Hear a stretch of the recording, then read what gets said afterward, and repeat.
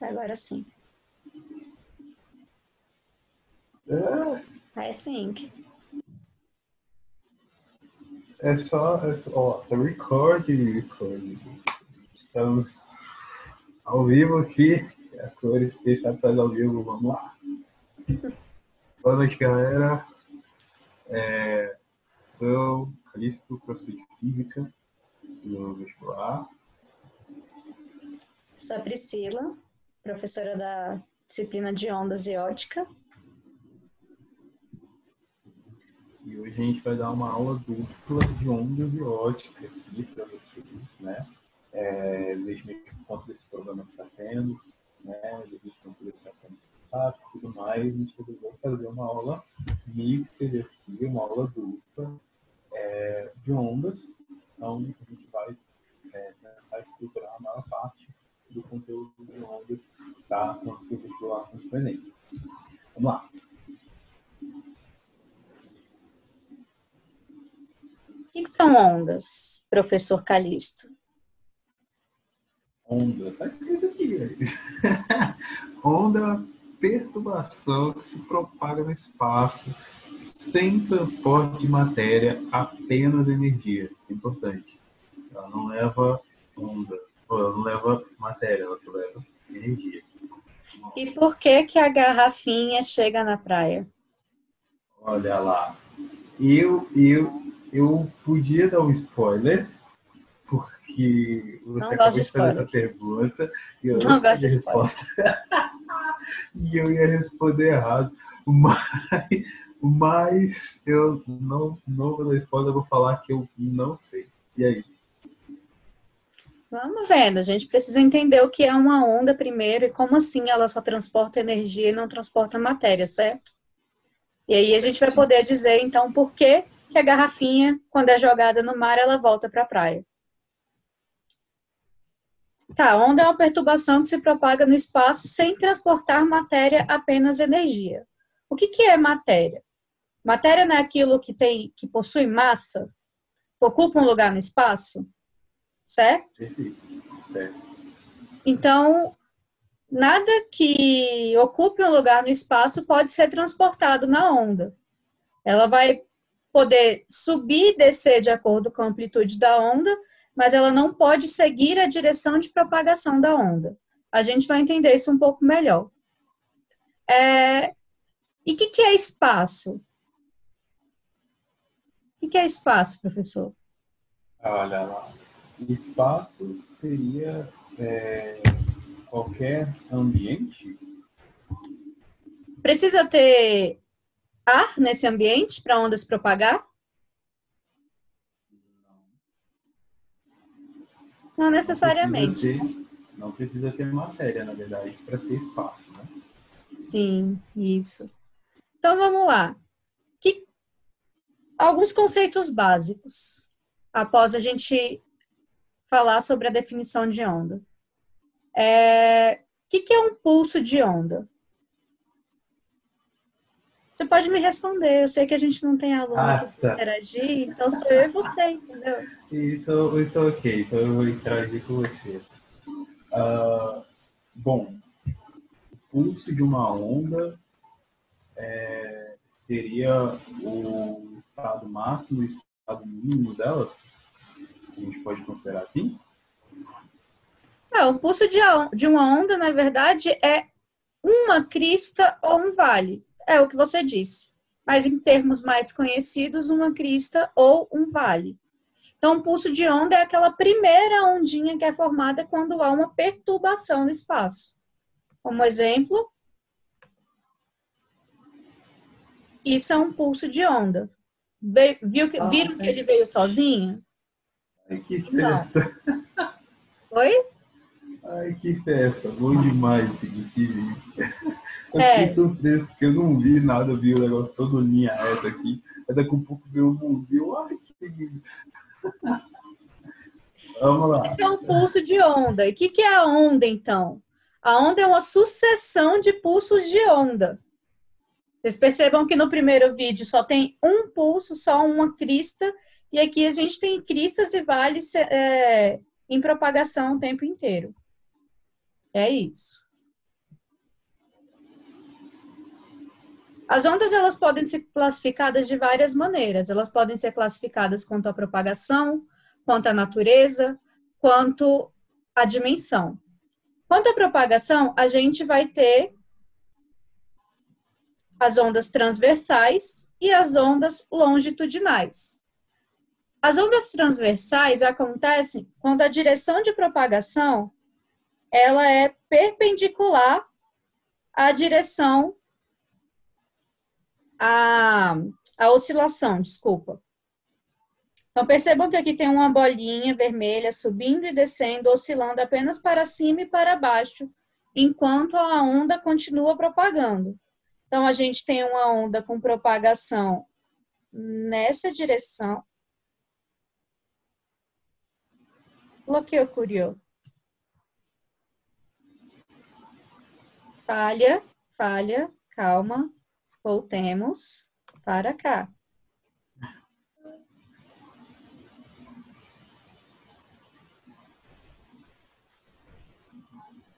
Então, a gente tem a direção de propagação e a oscilação. Cadê?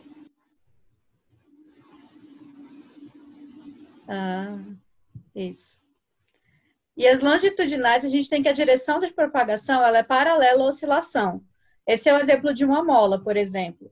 Vocês percebam que tem várias regiões de compressão e rarefação. As regiões de compressão são as regiões onde tem um acúmulo de ondinhas juntas. Aqui acontece uma. E a de rarefação é onde tem mais espaço entre as ondas. Ok? Vamos lá. Tá dando para ver direitinho aí, professor? Sim, estou conseguindo. Estou até marcando aqui para os alunos. Gente, nesse caso aqui, é importante a gente perceber que a onda faz um ângulo, só para quem tem alguma dúvida em relação à ideia da palavra perpendicular, tá? O que a gente quer dizer aqui é que a onda faz um ângulo de 90 graus aqui, tá? Com a direção de propagação, tá bom? Então, quando a onda faz, quando a própria oscilação faz um ângulo de 90 graus com a direção de propagação da própria onda, tá? A gente tem uma onda transversal, tá bom? Aqui a gente pode perceber que nessa mola nós temos a direção sendo aplicada para esse sentido, tá ok? E a propagação da própria onda está no mesmo sentido. E com isso a gente pode perceber que o ângulo entre elas é zero, tá certo? Se o ângulo entre elas é zero, tá? Então ela é uma onda longitudinal. Se a gente tem, por exemplo, trazendo a ideia do pulso, a primeira onda é como se a gente tivesse uma corda e desse um pulso para cima e ela continuasse o pulso. Fizesse isso daqui. Então, eu mexi para cima e para baixo a minha mão. Aí, ela é diferente, ela é perpendicular à propagação da onda que está indo, né? Ela vai indo para frente. Agora, na de baixo, percebam que a mãozinha do cara, ela fica indo para frente e para trás. Então, a propagação dela está indo no mesmo sentido. É isso. Então, a gente pode classificá-las também quanto à natureza. Como sim quanto à natureza? Como que elas são? De quais tipos elas são? E a gente tem dois tipos. A gente tem as ondas mecânicas e as ondas eletromagnéticas. As ondas mecânicas são tipos de onda que precisa de um meio para se propagar. Então, quando a gente estava falando de espaço lá no início, a gente dizia que o espaço para essa onda mecânica se propagar deveria estar, no mínimo, cheio de ar, ok? A gente tem como exemplo ondas numa corda, porque ela precisa de uma corda para se propagar. O som, Porque o som não se propaga no vácuo, o som só se propaga no ar ou em sólidos e líquidos. Gases, sólidos e líquidos. Então, aqui um exemplo de uma onda numa corda, um ola, né? Precisa de gente para se propagar uma ola. O som, como eu havia dito. E a onda no mar. No mar. Segura ainda essa onda no mar aí.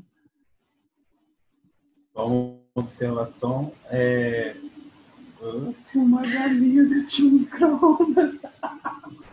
Que merda. Volta o vídeo.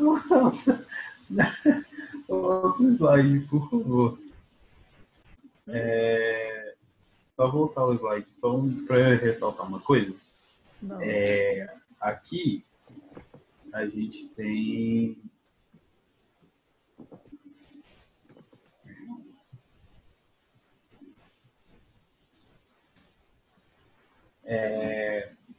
vários exemplos, né? E é importante a gente falar o seguinte: aqui tem meio material, ok? A gente precisa entender, pessoal, que quando a gente fala de meio material, a gente está falando o seguinte: a gente precisa de um meio com matéria para se propagar, tá? Esse meio ele pode ser qualquer tipo de matéria, tá? Ele pode ser o ar, tá bom? Por isso que o som se propaga, tá? Mas ele não se propaga em alguns espaços. Por exemplo, no próprio espaço mesmo, onde existe uma quantidade de vácuo enorme, não existe ar. E como não existe ar, a gente não consegue propagar o som lá, tá certo? Então, a gente não tem propagação de som no espaço, tá? Então, quando a gente fala de meio material, significa um meio com matéria. Pode ser líquido, pode ser gasoso, pode ser sólido, tá bom? Mas precisa de matéria. Então, ondas mecânicas caracterizam por meios que têm matéria para poder se propagar, tá certo? Para ficar um pouquinho mais claro, a gente pode imaginar o seguinte, que existem moléculas pequenininhas de ar aqui, tá bom? Durante a fala do nosso locutor aqui, certo? O que acontece? Quando ele emite, tá, a onda sonora, o que acontece é que existe uma vibração por essas moléculas, tá? E essa agitação que acontece de uma molécula para outra consegue fazer com que essa energia da onda se propague, tá bom? Mas, eventualmente, essa energia vai se dissipando, né? Ela vai se perdendo, ela vai sendo consumida e, eventualmente, ela vai acabar, tá? E aí é onde você para de escutar. É por isso que nem todo som se propaga eternamente, tá bom? E aí, por isso que a gente precisa de um meio com matéria para se propagar, né? Porque se a gente não tiver matéria, essa condução de energia não acontece. Certo?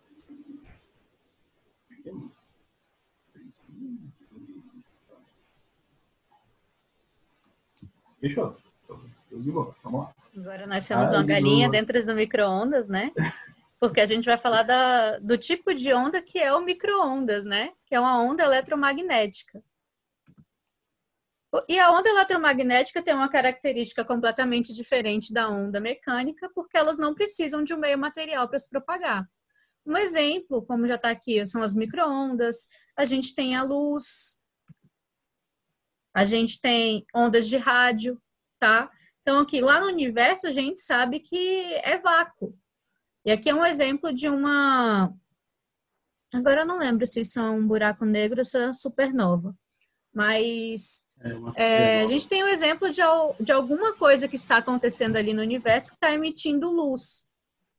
E ela consegue se propagar mesmo no vácuo. Alguma consideração? Não, acho que aí está perfeito. Então, aqui, ó, no primeiro desenho, no primeiro GIF, é uma onda de rádio. Segundo GIF, um micro-ondas tentando fritar uma galinha. E o terceiro vídeo, algum fenômeno que acontece no universo. Eu amei a galinha do micro-ondas. Isso é maldade, não façam isso em casa. Olha lá. Não, só com a galinha morta, tá? Por favor. A gente tem também que as ondas elas podem ser unidimensionais, bidimensionais e tridimensionais. Por unidimensional, a gente pode pensar na onda numa corda, bidimensional a onda numa piscina e tridimensional o som ou a luz. E aí a gente vem então com as ideias de elementos que tem na onda. Como assim, elementos da onda, né? São as coisas que compõem, que formam uma onda. Aqui no desenho já dá uns spoilers, tem um A aqui, tem uma letra grega diferente, que a gente chama de lambda, e esse C1, C2, V1, V2, o que são cada uma dessas coisas? Aqui nessa parte onde tem o Azinho apontando ali, a gente chama esse A de amplitude. É a amplitude da onda, é a altura máxima ou mínima que a onda pode alcançar. Enquanto C1 e C2 são as cristas da onda. Crista no sentido de ponto máximo mesmo. Estou na crista da onda, eu estou no topo máximo da onda. E na parte de baixo é um vale. Geralmente, sempre depois de uma montanha, há um vale. Se pensar em Vale de Paraíba, o Vale do Paraíba em São Paulo é do lado da Serra Paulista. Então, seria como se, igual no próprio desenho parece, tem a montanha com a crista e o vale, que é o ponto mais baixo ali ao lado da montanha. E o comprimento de onda é o comprimento da onda. Mas esse comprimento, ele é toda a onda percorrida ou ele é um pedaço específico? A gente tem como um comprimento de onda a distância entre duas cristas, ou entre dois vales, ou entre uma crista e um vale sucessivos. Certo? Certo. Perfeito. Eu tenho mania de ficar falando certo, eu sinto falta de ter aluno para responder certo. Não tô certo. Eu sinto de aluno e eu falo certo. Ok, obrigada. Eu só não vou falar ok, porque toda vez que eu falo ok, o meu celular ativa aqui falando que a Google quer alguma coisa. Isso já aconteceu 3 vezes comigo só hoje. Eu já ia falar ok, tudo bem. Então tá. E para completar, a gente tem a frente de onda. A frente de onda, ela é o conjunto de pontos que separa a região atingida e a região não atingida da onda. Por exemplo, é bem esse cantinho. Eu não estou conseguindo desenhar. Eu fiz foi passar o slide. Olha, essa é a primeira aula, tá, gente? Não estranhem. Vai ter muito erro técnico aqui. Por mais que a gente queira que a Ju faça as edições, não dá pra editar o vídeo todo. Exatamente. Não ia ter 5 minutos o vídeo. Exato. Agora eu não consigo passar o slide. Ou eu passo o slide ou eu escrevo. Mas tudo não tá. Olha lá. Agora eu tenho que escrever. Então, a frente de onda, ela é esse pedacinho bem aqui. Porque ela tá num ponto aqui ainda que existe a onda, chegando próximo de um ponto que não tem onda. Então, a frente de onda é naquele sentido de linha de frente mesmo, de soldado, de batalhão, né? São os primeiros que estão caminhando, ok? Ok.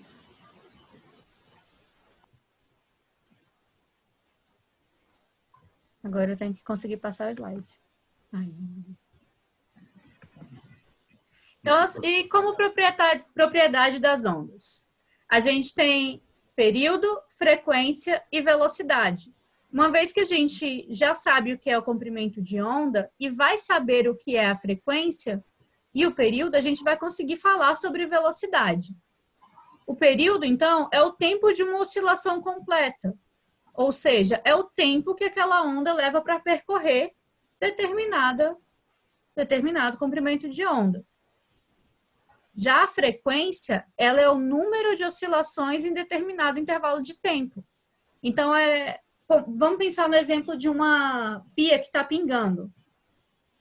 As gotas, por exemplo, eu pego um termômetro e começo a contar 60 segundos e vou contar quantas gotas estão caindo. Aí, vamos lá, depois da minha conta toda, deu 60 segundos, eu contei que tem 27 gotas caindo a cada segundo. Isso se chama a frequência de pingos que aquela torneira tem a cada 1 minuto. Certo? Para o período, no Sistema Internacional de Medidas, a unidade é segundos, porque ela é o tempo de que acontece algum fenômeno físico. Já na frequência, ela seria o inverso do período, tá? E isso ficou conhecido como Hertz. Porque, como eu vivo falando para vocês, quando um físico tem uma autoestima muito boa, ele dá o nome dele para essas medidas. Né, Calixto? Com certeza. Eu ainda vou ter uma ainda. Olha aí. Uma medida calista. Tá vendo aí, gente? É verdade o que eu digo. Top. É verdade o que eu digo. Podem acreditar. É verdade. Pode.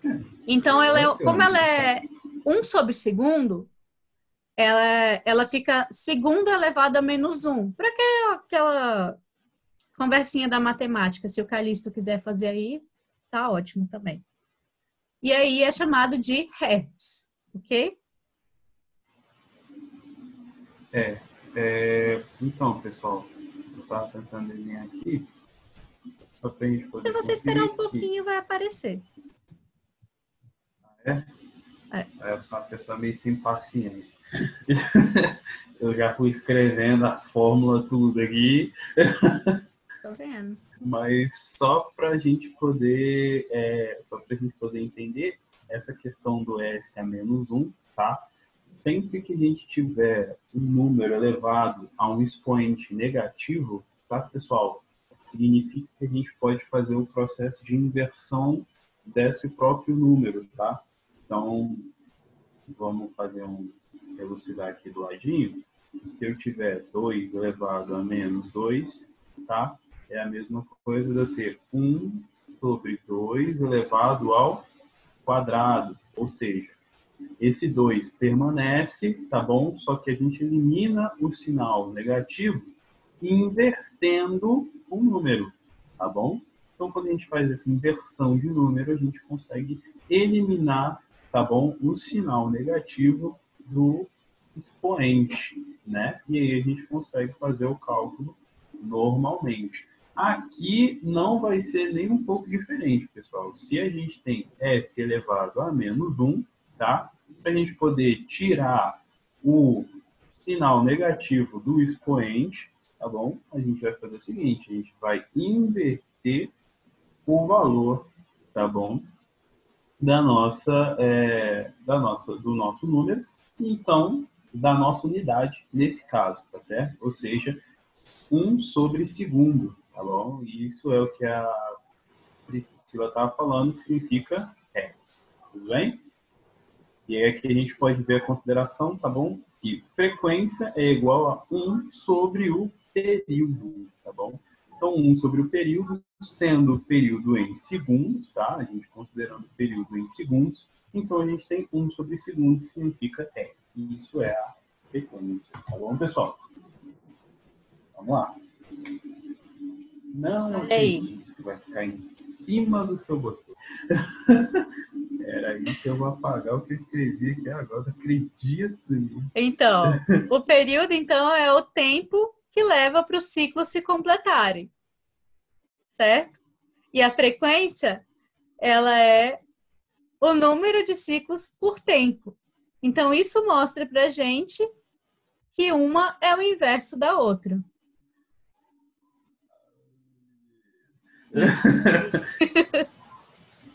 Podia ter avisado, tirei tudo aqui. Já vai aparecer embaixo também, tá? Só para te avisar. E o que é velocidade, gente? Lá da cinemática, a gente pode trazer que a velocidade, ela é a rapidez que acontece algum fenômeno. A velocidade, ela é é uma determinada distância percorrida em determinado tempo. Então, acontece a mesma coisa aqui para os fenômenos ondulatórios, tá? A diferença é que a nossa variação de espaço é uma outra coisa, e a variação de tempo é outra coisa. Só que então, vamos lá, Calixto, por favor. Mas logo em cima, não podia ser do lado, não. Vai em cima mesmo.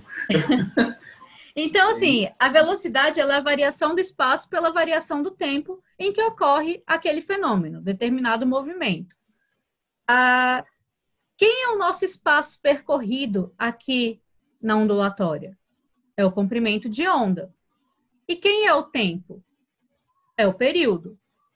Logo, nós temos que a velocidade da onda, ela é o comprimento de onda pelo período da oscilação completo.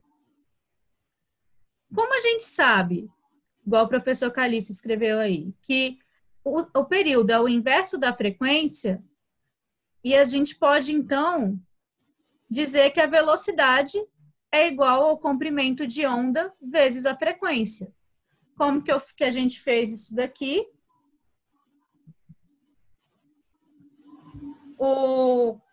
Isso aqui é a mesma coisa que dizer que é um lambda vezes 1 sobre t.